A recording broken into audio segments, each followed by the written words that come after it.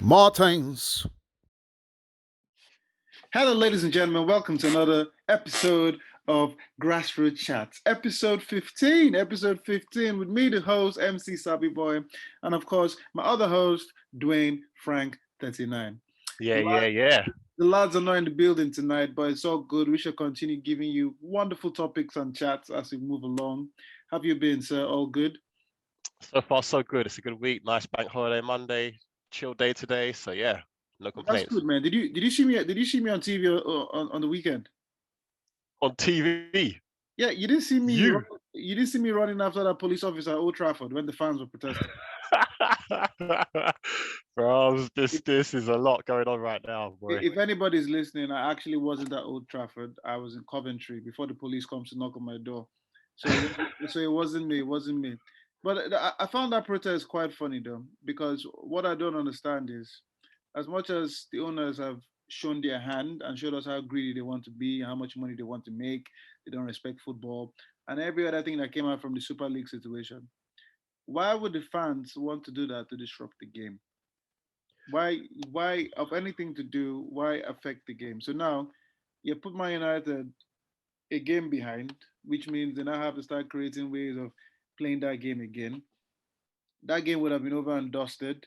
Life would have continued. You could continue doing the protest at any time. Why? The first question is, why do you think the fans chose that particular moment? That's number one. Well, it's arguably still the biggest game in the Premier League. You know, you speak to a lot of Man United fans, you speak to a lot of Liverpool fans, and that's the first fixture that they actually look for. Regardless of whether you've got Everton down the road for the Merseyside derby or whether you've got the Manchester derby, some of them just don't care about it. The history behind that Man United Liverpool game is immense. They would have known, those protesters would have known, millions upon millions of fans were were tuning in all around the world, Europe, East Asia, everywhere. What a great time to do something along those lines if I'm a fan. So I understand completely as to why, if they were smart enough, if they're thinking like me, if they had that mindset, I completely understand why they chose that opportunistic moment. But I think the majority of them just did it because they just wanted to just be damn fools, to be honest with you. Well, at the end of the day, you can think about it. It is a nice day out. The weather was good on Sunday. They say, you know what? You know what? This is the best time to tell the Glazers that we don't want them anymore. But really, with this protest, what do the fans actually think that they it will achieve? So Thank you. It don't make no I'm, sense. I'm a big fan. I'm a big fan in protest. I'm a big fan in getting the point across. But these guys legally still own these clubs. Legally, they haven't done anything wrong. Exactly. So I know doing showing your disgust and being upset. I'm a Man United fan. I've never hidden the fact. I don't like. I mean, the Glazers have been good to us over the years, but then at the same time, we all know it's a business. They're doing it for money. And Exactly. Yeah, yeah. if you're not happy with your ownership, what I just don't see the point of protesting, because yes, you show them you're unhappy. It might force them over the line. But these guys have come out to say we're not selling. I'll tell you what the Glazers actually said. They said we're going to turn Man United into a 10 billion franchise, man, a 10 billion. Mm. So we're going to keep making. So obviously, Man United is a gold mine, and they're there, trying to make some money from it. And Of course. the fans are just protesting, which takes us to another. I mean, over the last couple of last weeks, you've had other fans protesting and all that. I really don't know what they think it to do. And then it takes us to our wonderful friends in North London, who who want to possibly increase my Spotify fee if this guy takes over. Do they actually think Cronker will sell? This is the foolishness that's coming out. I don't understand. We know Kroenke sees Arsenal Football Club as a toy. This is his little baby, right? He's not fussed. You're never going to see him at a game. I can't remember how many years he's even been there now. How many games this guy don't care about Arsenal, but at the same time, he knows it's extra income. Extra income, no matter how much it is always welcomed by any man, including a billionaire. They will take it all day, all night. These fans were out there. I was watching them on like the little roundabout thing and doing their little thing. Kroenke out, all this stupidness. What was the reply? He said, "You know what? My son's gonna get a little bit more involved." That was it. No one cares about these foolish protests. Nobody. Some of them probably just wanted to get on TV for Sky Sports News, but that's about it. Nothing else came from it. I have to laugh at it. So you don't actually you don't. I mean, I agree with you in the sense, but so you don't think any of these protests are actually going to make any? You're not even going to budge these owners to actually move forward to actually think, you know what? But then the next question I would ask them: what do you think these owners can actually do to put the fans back on their side? If the protests are not going to work, they're just going to, dirty up the city, and some of them will get arrested, and the owners are going, well, suit yourself, but we're not going to sell. But what can Mm. these owners do apart from the not? I mean, don't mention that crap apology. Most of them were doing. Oh, no. What can they actually do to put the fans back on their side? Free Well, season tickets? with Man United fans, they're easier to win over because Huh? realistically speaking, Okay. Man United Football Club, they have a greater chance of succeeding and winning trophies. Arsenal, on the other hand, have issues. Okay, because as a fan, when you're talking to fellow fans around the UK and whatever, me even example, all right, Villa, I love you, all right. Me even as a Villa fan, even like last week, I can still say we won the European Cup. Arsenal, what do you win? Right. So when it comes to fans, they want trophies, they want success. It's easier for Man United because you are going to be challenging for titles. You're competitive. Arsenal are not competitive right now. If Arsenal were to win a cup, it's sugarcoat things. It's Fairs Cup or Euro, whatever they call it, right? If they were to win that, it would sugarcoat things. But they need more, right? But here's the interesting thing about Kroenke, and I love this about Kroenke, right? Guy. He's the sort of guy who. Sorry, ladies and gentlemen, a bit of connection issues. So you were saying that Arsenal have no, well, they need to, in terms of Man United have a better chance because we're competing. And then, so are you saying winning trophies will make the fans relax about the ownership? Of course, as a fan, you want to see your team succeed on the pitch. Who gives a toss about the fact that your club is in profit? Where am I seeing that money? Are you seeing that money? Are they Yeah, sending but an end of year season check to you to say thank you very much for everything, or are they putting the prices up at the season saying, oh yeah, oh yeah, the kit's coming out, new price? however, so you could say that against, okay, let's say you say that for Man United, but you had Chelsea supporters protested as well.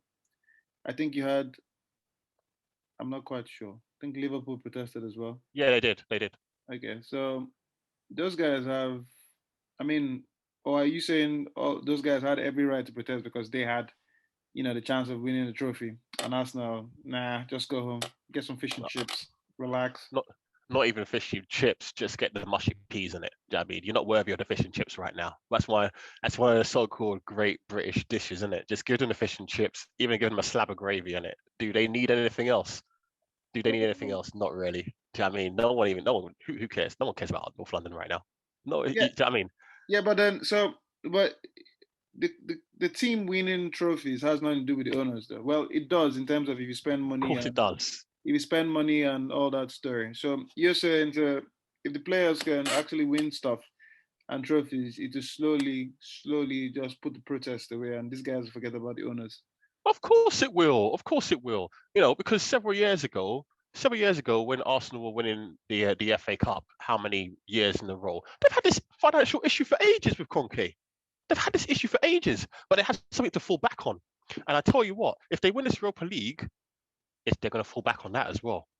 I guarantee you it will give them enough space to say, you know what, we delivered this. We delivered this. That's what the Kroenkes will say.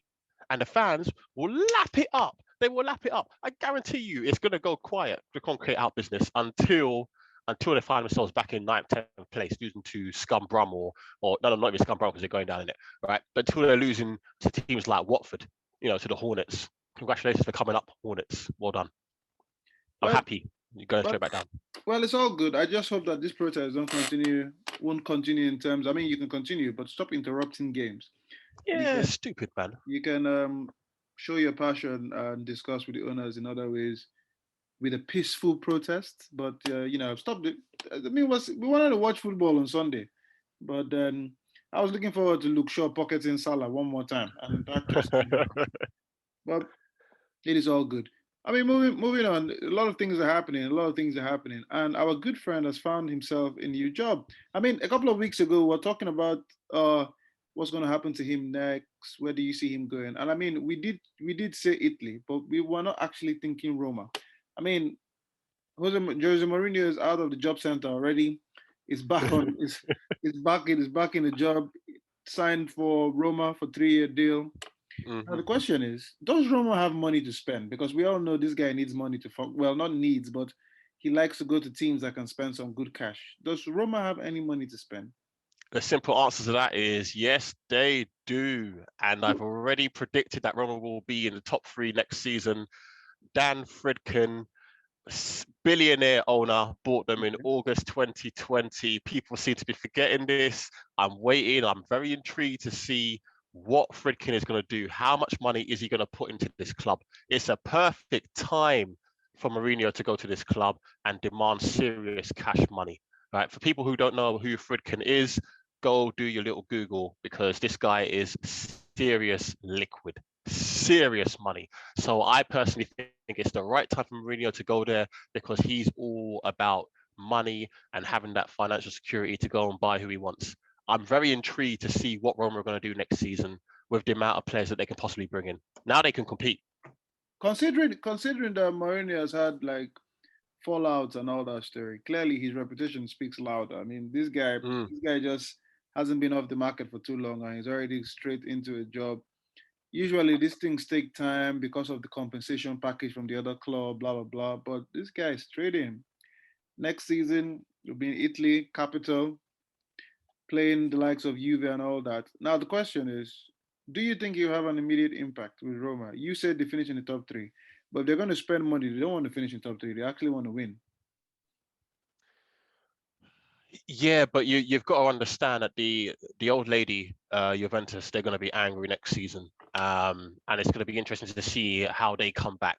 You know, AC Milan, they're going to be hungry next season. They're not going to be happy that their Milan neighbors have just won this title. You know, Mourinho is going to want to show that he is top dog and that he can do it with another club from the Italian capital. He's going to want to rub that into Lazio's faces. He's going to want to rub that into Internazionale's faces to say, you know what?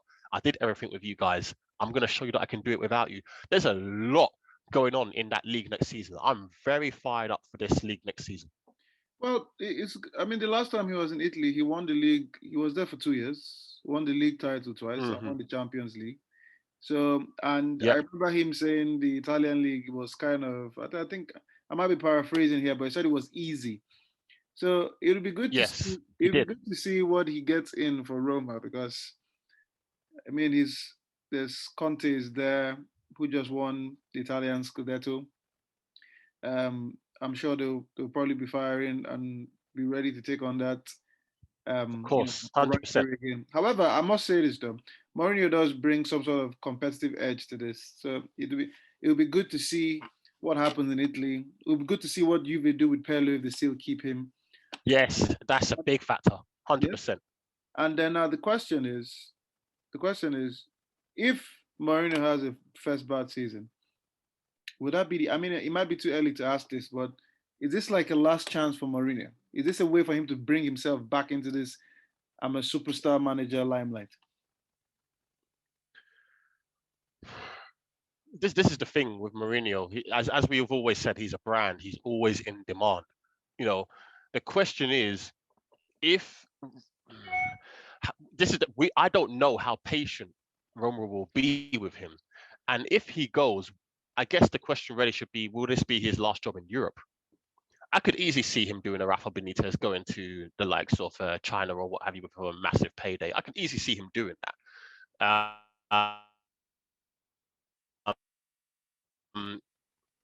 Him succeed. I really want him to succeed, because the more he succeeds, the more entertaining he is with the paparazzi. I love it. I absolutely love this guy. I am Team Mourinho. I'm glad he have him at Villa. He's hilarious, right?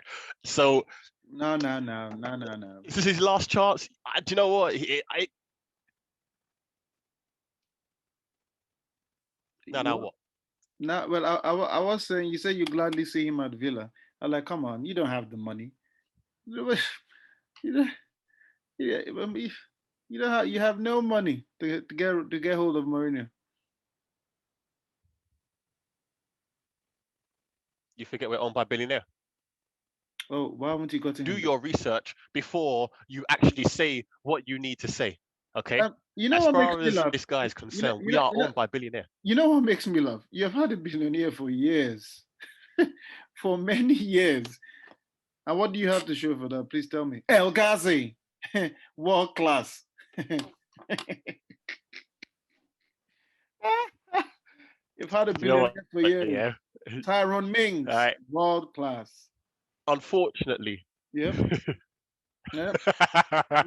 Yep. Un- Mhm. un-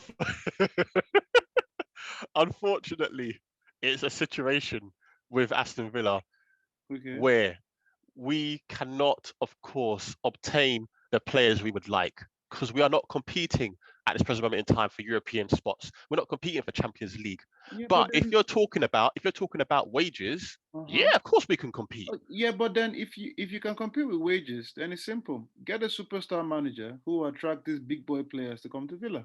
Do like a Man City, you know. That's easier said than done. Well, it is money though. You just said it's money. So if it's money, you get Mourinho. You tell him, look, I guarantee you, will give you five quality players. You're a pulling power for players. Come in and let's see. But it's okay. But you've got to get the balance right. You've got to get the balance right with What's the balance? realistic hopes of Okay. actually winning cups and what have you. And you've also got to get it right with bringing the players in. No? First of all, I don't know. I have no idea what that means because this is the situation. A couple of years ago, Incentive, bros. Incentive. City took Arabs, rich Arabs took over City. They brought in money wasn't an issue, so they brought in a superstar coach, a superstar manager. Before you know, players are like, I want some of this. I have a good manager, and I'll get some good money. Villa can do the same, according to you, since you have a billionaire owner. No, you don't think so? Why are you No? trying to shit in my ears? Right? At the end of the day, Uh huh. right now, the way that the game is, right Yes. now, Yes. you go to the big boys. That is what it's all about at this present moment in time for players. They can make money anywhere and everywhere, but you've got to be realistic and you've got to want to win trophies. Sorry, That's why the sorry, likes of sorry. someone like Harry Kane, Sorry. 2 years left. So players can make money anywhere, right?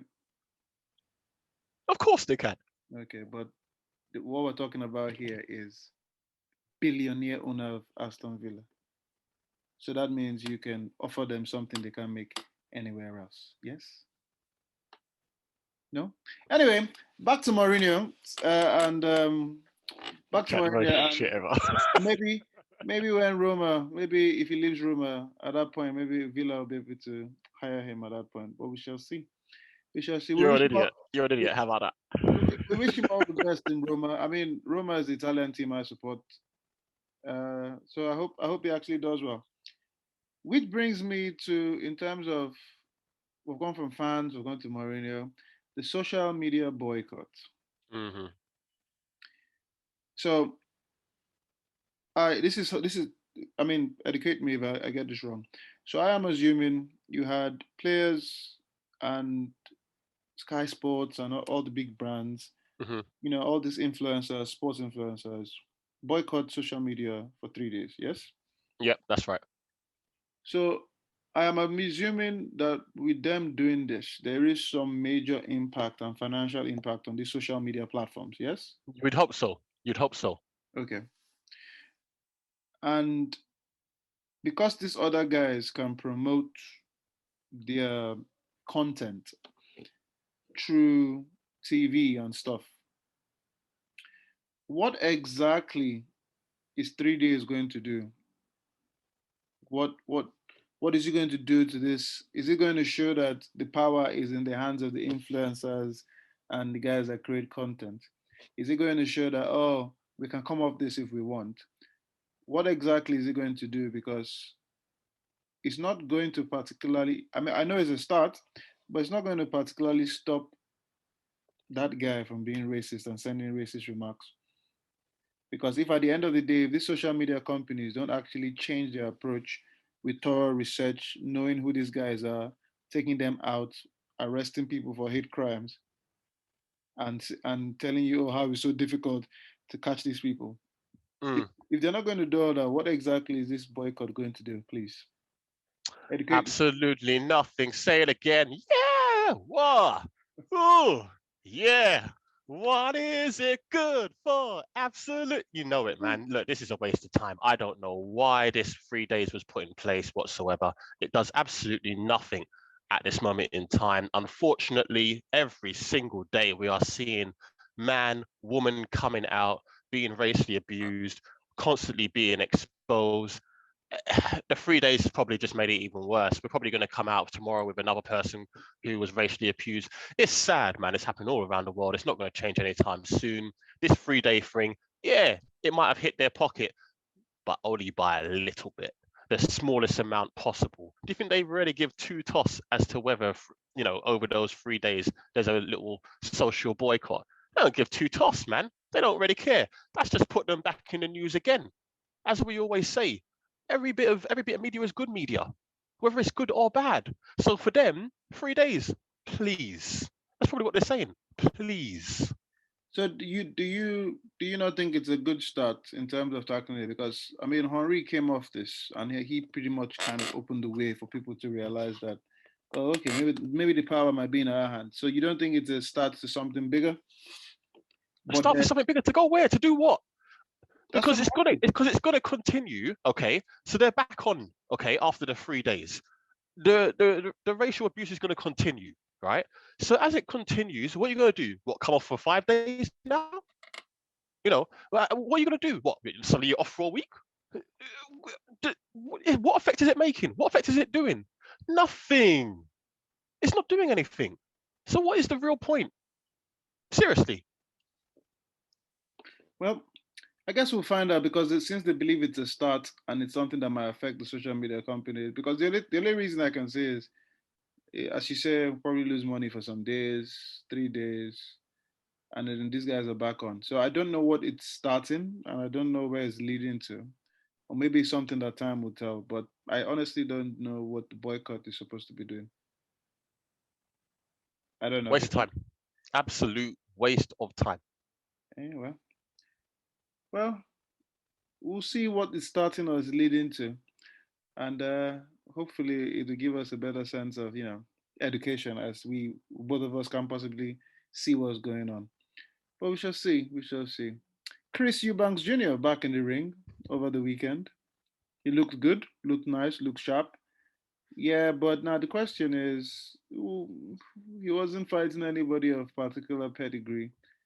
But once again, you can only fight who's in front of you. Which is true. Is this the start of a climb up for Chris Eubanks? Because he looked really good. He actually looked nice, tapping, none of those playing around, posing. He looked wonderful. Nice touches going forward. And then, of course, his good friend is fighting Canelo Alvarez, Saunders, on Saturday. And Chris Eubanks just actually posted a bet. He put 10 grand on Canelo to either TKO, knock KO, or DKO Saunders. 10 grand to win another 10. And he says the money he wins is going to charity. He's so sure. So, what do you think about the fight coming up this weekend? And do you actually see Chris Eubanks Jr. fighting for a title anytime soon? I want to see. First of all, I want to see Chris Eubank Jr. get tested. Right. I think these opponents are being handpicked. It was a good performance. He did look light on his feet, fast hands. We know this from Chris Eubank Jr., but we want to see him go up to another level. So that's why I haven't really got that much to say about him. So I don't really feel he's he's got to that level where he should be. When he has, he's been dealt with, hasn't it? He's been dealt with well, as we say. He has only So lost twice, though. exactly, and the both times he was dealt with well. Oh, no, So no, no, no. He wasn't. The first fight against Saunders, he wasn't dealt with well. The one What? against Groves, he was educated. He was shown Oh, a gross. Boy, he was that was student versus teacher. That was he serious. was shown a boxing class without a doubt. But I mean, two losses to great pedigree, and against Saunders, as I said, he wasn't beaten up. He was just edged out. But give him a chance because is if Of course, you have to give him a chance, and that's what I want to see. I want to see that opportunity arise where he'll actually come through. I want to see him tested again. That is what I want. But moving on to the Canelo. I don't see anyone in the modern era who is truly going to test Canelo. I am expecting Canelo to get him out of there 7th, 8th round. seventh, 7th, eighth 8th round. round. Mm-hmm, Okay. mm-hmm. Are you I gonna think it's not going to be a war. I don't think it's going to be a war. But I think Saunders is going to move around the ring. He's gonna be very agile. He's gonna be difficult to hit. But at some point, Canelo is going to walk him down. He's going to have enough Triple G style, and he's going to say, "Blocks, time to go home, bruvs. Go and have your dinner." so at no point do you give Sanders a chance at all? I think Chris Eubank Jr.'s 10 grand is safe, and that he can cash that in anytime he wants. He's good for it. I think he's good. I think Sanders will cause an upset though. Upset who? I think he'll cause an upset. You surprise all of you. You get in there, and I'm gonna call it up. Let everybody hear this. I'm gonna make sure everybody gets this part of this video. When Saunders calls an upset, I'm gonna say this. I'm gonna send it to him. And Saunders, if you ever get to listen to this when you cause the upset, we'd like you to be a guest on this show. And even if you get knocked out, we'd like you to be a guest on the show. either way, I mean, feel free to say hey anytime you get to hear this message. But just remember, I was rooting for you, sir. I was rooting for you. Is there anybody out there that can actually test Katie Taylor? I genuinely don't think there is anyone right now coming up who can seriously test Katie Taylor. Um, I mean, we've heard the talk about who is the greatest woman right now, between Clarissa Shields and Katie Taylor. For those that don't know, Clarissa Shields, she's unified 2 divisions, and she's now even looking to go into MMA right now. Now, I remember the difference in weight classes. Is it two weight classes between the two? Is it something along those lines? Yeah. I don't feel. Is it 2? I'm not sure, but I mean, they can obviously do it at a catch weight. It's feasible. They can do it at a catch weight. I don't think Clarissa Shields wants any of that smoke. I don't think she wants any of it. The same way she was trying to gold Ali a couple of years ago. I don't think she genuinely wanted any of that smoke either. So for me personally, I actually think Katie Taylor is a better fighter all round. Now, a lot of people might say Katie Taylor's fights are more entertaining because of the fact that they're normally scraps. Do you know what I mean? They're normally scraps. But that's only because I personally feel the quality of fighters in her division, it elevates Katie Taylor dramatically, and I think she shows her class. Clarissa might say, "Oh, do you know what? I'm the one. I'm the one because at the end of the day, I get my people out. Deontay Wilder style." But for me, Katie Taylor is a better fighter, and I don't think there's anyone right now who can do serious bits with her. I don't see it. You know how you're saying how Clarissa doesn't want all the smoke. I can guarantee you she should not go anywhere close to a UFC cage. Don't even don't even go and watch. Don't even go and watch. As amazing as you think you are, don't even try it. I mean, you be on that ground as soon as possible. I mean, I give great respect to these fighters, boxers, but I mean, even UFC fighters, sometimes making that switch from MMA to just boxing is so difficult. Not to mention going the other way around. We've But got a fight coming though, an official fight. who, I'm not Clarissa sure. Shields? Yeah. I'm not sure who she's fighting. It's not in UFC, obviously. She's not on them levels, but she's got a fight coming, 100%. She's training for it. Okay, As well, we speak. let her keep training and we'll see what happens.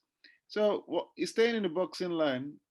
I mean, Chisora. I think Chisora was cheated again against Joseph Parker.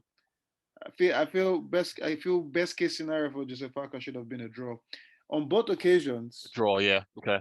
on both occasions in his last two fights, the coaches of the other guy have actually thought, you know what, I don't think we're going to get this. And I feel he controlled that fight to a good point. Yes, Joseph Parker got into the fight towards the end, but personally, I feel they cheated him again. Chisora is becoming the new Dillian White. What do I mean by that? Nobody wants Chisora to be at elite level. The same way WBC don't really want Dillian White to be Mr. Elite either. You know, neither one of them are the prettiest guys in the world. Neither one of them are in the best shape in the world. They both come Dylan from. White was in good shape against in his last fight. He had like a 20-week training camp. Come He looked on, nice. come on. No, he don't look like a David Hay. He don't look like a what's his name? What's that guy that's fighting Fury? AJ. He ain't trim. He ain't like.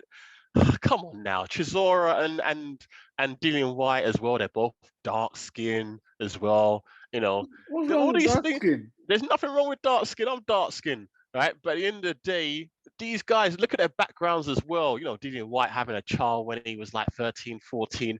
These guys, they're not exemplary people. Do you know what I mean? They're not. Nobody's an exemplary person. AJ was bad boy things, got arrested. AJ is Mr. Exemplary. You go into a dictionary and you look up how to technically box. Just do the basics. You will see his face. You will see chisel body. Right. If you ask him to do stick and move different things, now you want to see Tyson Fury. By the way, Tyson Fury, I expect you to destroy AJ, okay? But it's one of them things. As far as I'm concerned, Chisora, you know, Dillian White, they don't want to see these guys at the top. They don't want to see these guys. Like for you wrestling fans, you wrestling fans, yeah, who may watch this. Many years ago, there was a guy called Mankind, if you guys remember, right? This guy, nobody wanted to see him at the top. Not a good body. You know what I mean, weren't the best looking guy. You know, these guys, they're like chiseled people, but the guy could wrestle when he could just do what he could do. Right. And it came out even after he retired. Even the chairman did not want him to be at the top, but it was just due to his popularity. All right. That's what it came down to. For Chisora, his popularity is not enough, bros.